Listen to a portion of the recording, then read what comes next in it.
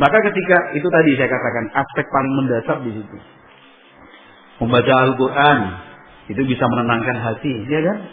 Membaca Al-Quran membuat kita dicintai oleh Allah Subhanahu Wa Taala. Membaca Al-Quran jadi sebab turunnya berkah.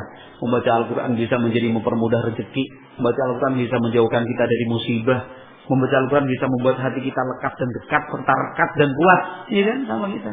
Itu kan efek positifnya luar biasa. Jadi kadang-kadang kita cuma berkutat, kemudian habis energi dan terkuras, itu hanya memikirkan ini ada masalah ini nih, gimana cara penyelesaiannya.